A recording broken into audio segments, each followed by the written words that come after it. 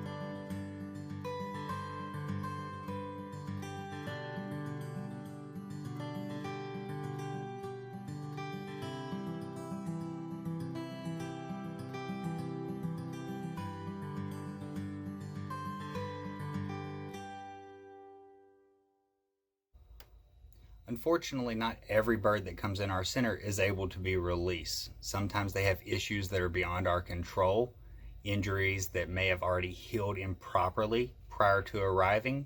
And for those birds, they can have the opportunity to become an education ambassador with the center.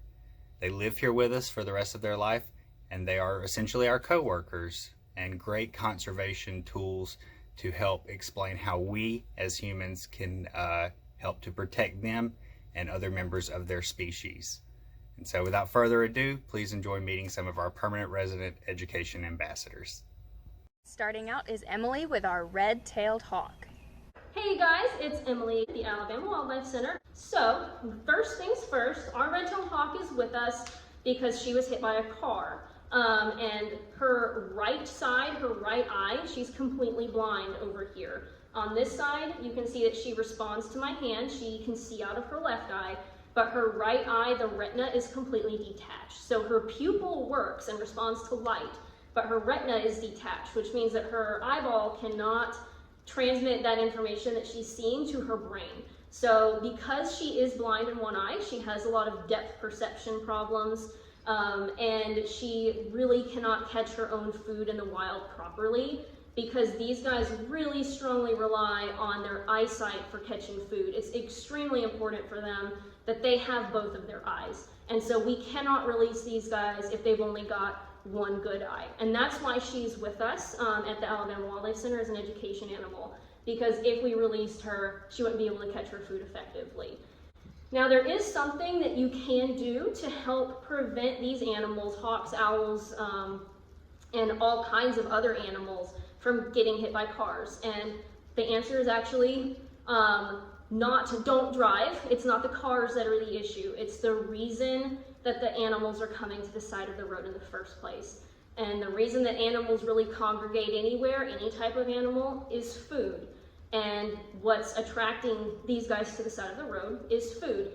The rats and the mice and the raccoons and things that they eat, those animals are coming to the side of the road because people have littered and they have thrown their apple cores and their hamburgers and all their trash, their food waste on the side of the road. That attracts her food. So mice and rats and raccoons and squirrels, they're all coming to the side of the road. And then these guys, while they're not the smartest birds in the world, they are smart enough to have learned that if they hang out on the power lines, then their food is right there for them and they don't have to go looking for it. So the solution that you can do, the one thing that you can do to prevent these guys and any other animal from getting hit by cars is to not litter.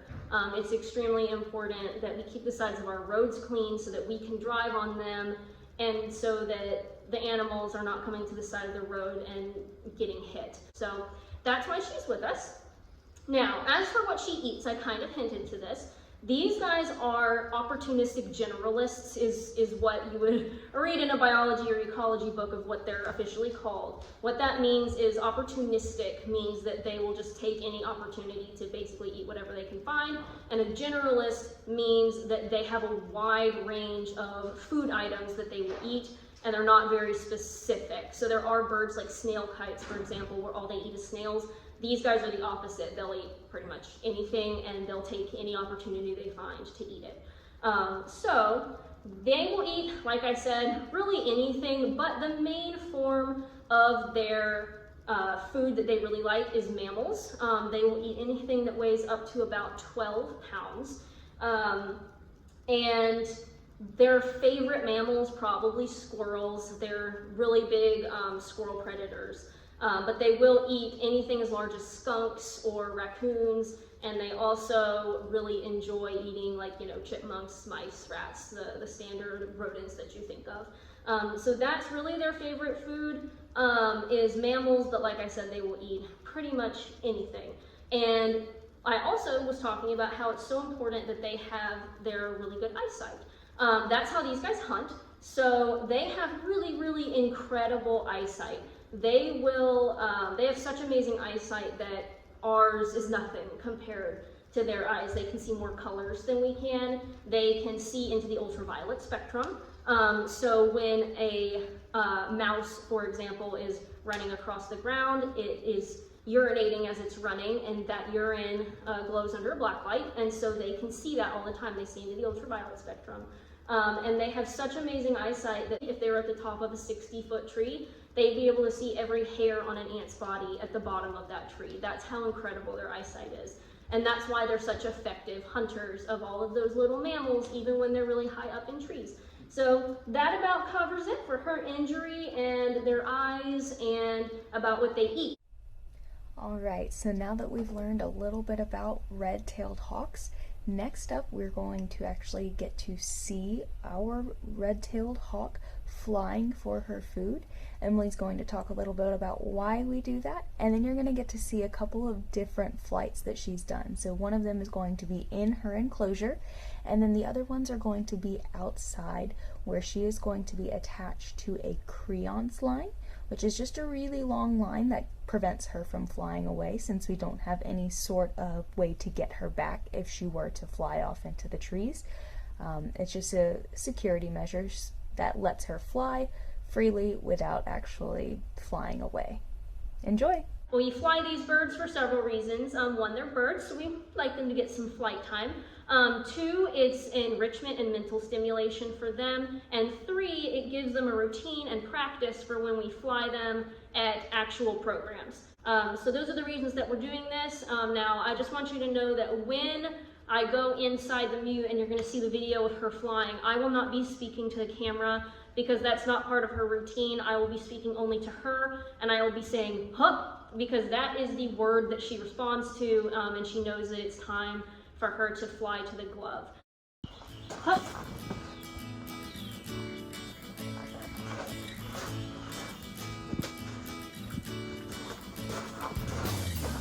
Hup.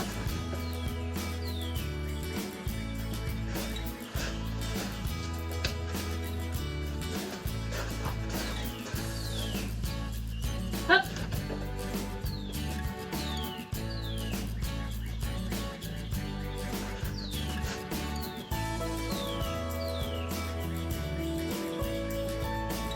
Hup.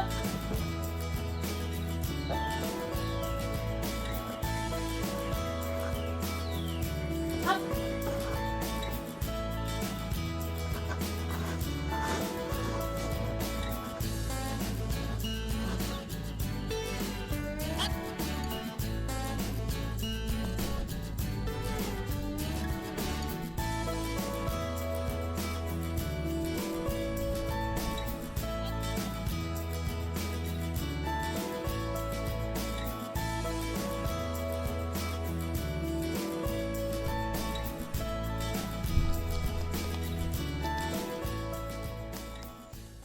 This is Arthur. Now, he is a bit chatty, so he's probably going to interrupt me a lot in this video. I hope you can forgive him. He is a wonderful educator in spite of his desire to interrupt his handlers. So he is a Merlin, M-E-R-L-I-N. Arthur is named after King Arthur, and Merlin is a wizard in the books with King Arthur, and so that's why he has that name. So Arthur's injury is quite obvious. When you look at him, I'm sure you can see, there you go, that Arthur has only one wing, so that's a pretty serious injury. Now, he's like that because he was accidentally shot. He was not shot on purpose. I would like to make that clear. It was an accident. However, the person who accidentally shot him was using birdshot, which explodes into a lot of pieces when it hits something. And because of that, Arthur had a lot of pieces of bullet in his wing, and the only way to save him was to amputate his wing at the elbow. So that is why he's with us. He obviously can't fly, so we can't release him back out into the wild. But why he was accidentally shot has a lot to do with what these guys eat. So falcons are bird-eating birds. A lot of people think falcons are very large.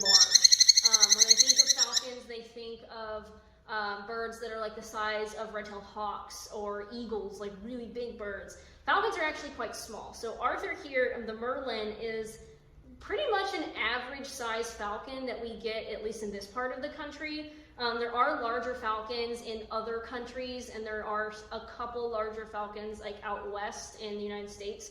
But Arthur is an average sized falcon, and you can see that he's not very big. And the reason that these guys are so small is because in general, falcons are bird-eating birds. And birds are very small and they're very fast. And in order to catch them, you have to be pretty small and fast too. So we have 3 falcons here in Alabama. We have the American kestrel, which is smaller than Arthur. We have Arthur, the Merlin. So American kestrel, Merlin, which is an average size falcon for this part of the world. And the peregrine falcon we have here in Alabama as well, which is a little bit bigger than Arthur. So those are 3 falcons that we have. All of those guys like to eat birds. Merlins in particular, this is really cool. Merlins like to eat doves. So that's why Arthur was accidentally shot, was because he was flying around in a flock of doves, and he's about the same size as a dove. And so because of that, he was accidentally shot because he looked like a dove. But he has specialized feet to catch doves. So if you look at his, if you look at his feet, right here, you see how much longer that middle toe is than his other toes? That's not normal for birds of prey. Birds of prey generally don't have like this absurdly long middle toe like Arthur does. The reason that he has a very, very large middle toe is because if you think about a dove, think of like pigeons or mourning doves. Those are about the same size as him. And in order to catch and eat them appropriately or successfully, he needs to have really long, spindly, long toes so he can grab them because they're almost as big as he is. So that's a really special adaptation that these merlins have that other species of birds generally don't, and that's very cool about them. Hello again. I'm out here on our Treetop Nature Trail, which is an elevated boardwalk that we have inside of the state park and where a number of our permanent resident education ambassadors live at. That includes hawks, owls, and of course, our wonderful vultures. Let's go meet them. So in Alabama, we have two species of vultures, black vultures and turkey vultures. And here is Logan and Princess. Say hello, Princess. So these vultures definitely don't look the same. We have a regular turkey vulture look up here. And a little more interested in us, we have Princess, our albino turkey vulture. So what does it mean that she's an albino? It's a genetic mutation where she cannot produce the dark coloration, the melanin in her feathers the same way that Logan can. And that's really her biggest issue. She's been here with us since 1994. So one of our oldest birds that live here. Logan's been here since 2003. But coming in, even as an adult, with those white feathers, let us know that we were not going to be able to release her into the wild. She stands out, and that can be a very dangerous thing to stand out in nature. It also means that her flock did not see her as necessarily the same and chose to not stick around her. And so when she was found, she was without friends. And vultures are a flock species. They choose to hang together, and it's very important to them to have their friends both in the wild and here in captivity with us. And as you can see, Princess is very inquisitive, having lived here as long as she has. She's a bird that likes to play. Vultures are very, very inquisitive animals. You can see their toys on the enclosure side there. They're a species that want to play, want to have fun. They're actually much smarter than a lot of the other raptors that we deal with. And also, some of our most valuable in nature, because this bird loves to eat things that have already passed away or in the process of dying. Now, they will hunt for certain things like maybe a lizard, frog or something like that. Maybe even a mouse, but most often they're going after those things that have already passed. And that's great for us because they're nature's garbage disposal. They're cleaning up all that mess that is littering our roadsides. It's important for us because if they didn't, then we would be left with all of that stuff building up bacteria, things that are really bad for our other wildlife. So all of those infections and things would spread at a much higher rate. And then once it's in them, it's not long before it actually makes its way to humans. And then we are also dealing with an increase in viral diseases, bacterial diseases. And so they're really awesome to have around. You can even see on her legs while she's playing with my hat, that white. The white on the normal pink legs is actually their defecation. That's the number 1 and 2 that Princess has put down her legs, and on purpose because their poop is actually cleaner than what they usually step in, and so it's a little bit of protection for them. On these nice warm days in the summer, they can also keep their legs cool, and so they purposefully do it for that reason as well. Now you may ask yourself, just how important is a vulture? They say over the span of a vulture's life, like Princess's, they can clean up about $10,000 worth of nasty natural things that we otherwise as humans would have to deal with, and that would not be any fun. So next time you see a vulture, appreciate them, even with their bald head that some people may say is not the cutest look. Disregard that. They're very awesome species, and we're very lucky to have them. Come visit her out in the state park. Here's a few more of our feathered friends. Stan and Ollie, our black vultures. As you can see, Stan's down there and he's a little more shy. Ollie's hanging out up there. And they look very similar in a lot of respects to the turkey vultures that you just met. That's an excited vulture. Very inquisitive species, like we mentioned with the turkey vultures. They need toys in their enclosure, and they need stimulation, interaction with each other. They even enjoy it from their caretakers, us all that get to work with them here at the center. See Stan creeping a little bit behind me. Instead of having the big pink head like we saw on our turkey vultures, they have a black head. And if we got a good look at the underside of their wings, these guys only have little white handprints at the end instead of a full running section of white like you would find in our turkey vultures. I don't know if you heard that little grunt from Stan, but that's really about all of the vocalizations that they make. So Stan's issue, just like Logan that we met earlier, is his flight. He was found being chased by dogs, and unfortunately it was caused by humans because he was shot with birdshot in his wing. Ollie, on the other hand, fully flighted, but has been here with us the longest of any of our birds. He came here in the winter of 1993 as a baby with a blind eye and severely emaciated, which just means he was very thin. He was not thriving in the wild, and so he became one of our first permanent residents here at the center. I hope you've enjoyed getting to meet the vultures, learn a little bit about them, how cool they are, and how important they are for us in nature. Thanks again for having us today, Moundville, for your virtual Native American Festival. We really hope you enjoyed meeting a lot of our birds today. And remember, the next time any of y'all are out in Oak Mountain State Park, come by the Alabama Wildlife Center and visit us. We'd love to see you.